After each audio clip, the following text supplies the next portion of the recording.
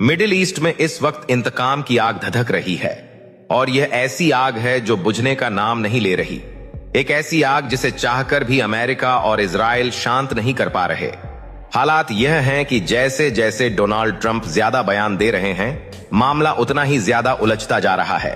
America दावा कर रहा है कि उसने ईरान की ताकत खत्म कर दी है। न उसकी नेवी बची है, न एयरफोर्स, और न ही उसकी मिसाइलों में पहले जैसी ताकत रही। लेकिन दूसरी तरफ ईरान साफ कह रहा है कि न उसकी एयरफोर्स खत्म हुई है, न उसकी नेवल फोर्स कमजोर हुई है, और न ही उसकी मिसाइलों की ताकत घटी है। पूरी दुनिया इस बात को समझ रही है कि अमेरिका का सदर डोनाल्ड ट्रंप बहुत बड़ा झूठा और फरेबी है, जिसके बयानों में कूट कूट कर मक्कारी झलकती है। यानी एक तरफ अमेरिका जीत का दावा कर रहा है तो दूसरी तरफ ईरान साफ शब्दों में कह रहा है कि जंग अब भी खत्म नहीं हुई। ईरान की फौज का कहना है कि जब तक दुश्मन घुटने टेक कर अपनी हार कबूल नहीं करता, तब तक जंग जारी रहेगी।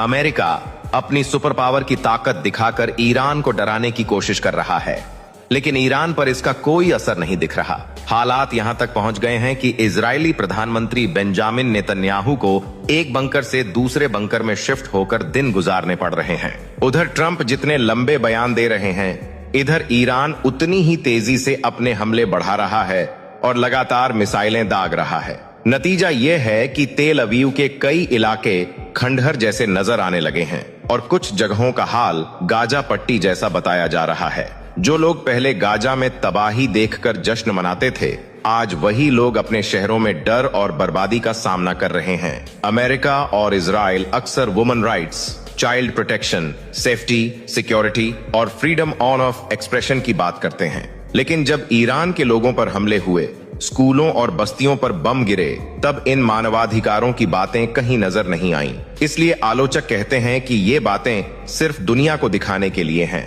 अब कई बड़े देश जंग रोकने की कोशिश कर रहे हैं।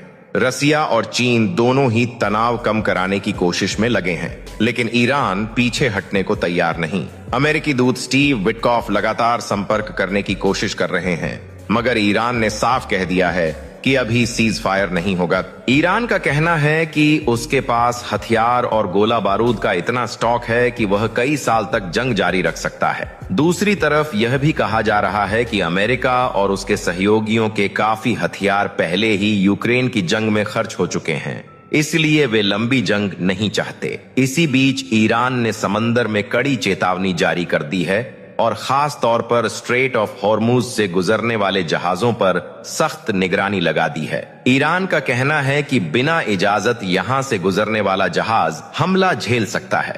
ट्रंप ने कहा था कि जहाजों को हिम्मत दिखाकर आगे बढ़ना चाहिए और ईरान कुछ नहीं कर पाएगा, लेकिन जैसे ही दो जहाजों ने चेतावनी को नजरअंदाज करके आगे बढ़ने की कोशिश की, ईरान ने हमला कर दिया और दोनों ऑयल टैंकरों में आग लग गई। ईरान का कहना है कि वह जो चेतावनी देता है उसे अमल में भी लाता है। इसी दौरान इराक के पास 2 ऑयल टैंकरों पर भी हमला हुआ, जिनमें भयंकर आग लग गई। ईरान ने यह भी चेतावनी दी है कि अगर हालात ऐसे ही रहे तो तेल की कीमत $200 प्रति बैरल तक पहुंच सकती है, क्योंकि अमेरिका और इजराइल ने ईरान की ऑयल रिफाइनरियों पर हमला किया है, जिसके बाद ईरान ने भी मिडिल ईस्ट की ऑयल फैसिलिटीज को निशाना बनाने की खुली चेतावनी दे दी है। इसका असर पूरी दुनिया पर पड़ सकता है।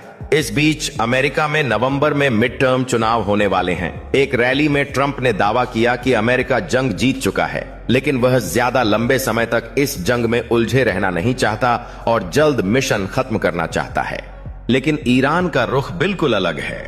ईरान साफ कह रहा है कि वह लंबे समय तक आर्थिक और सैन्य दबाव बनाने के लिए तैयार है।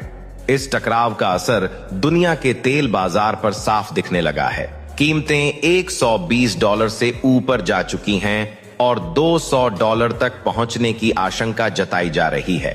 ईरान की रिवॉल्यूशनरी गार्ड ने भी ऐलान किया है कि बिना इजाजत कोई जहाज स्ट्रेट ऑफ हॉर्मुज से सुरक्षित नहीं गुजर सकेगा। इस्लामिक रेवोल्यूशनरी गार्ड कोर्स की नेवी के कमांडर अली रेजा तंगसिरी ने कहा कि जिन जहाजों ने चेतावनी को नजरअंदाज किया था, उन्हें उसी दिन निशाना बनाया गया।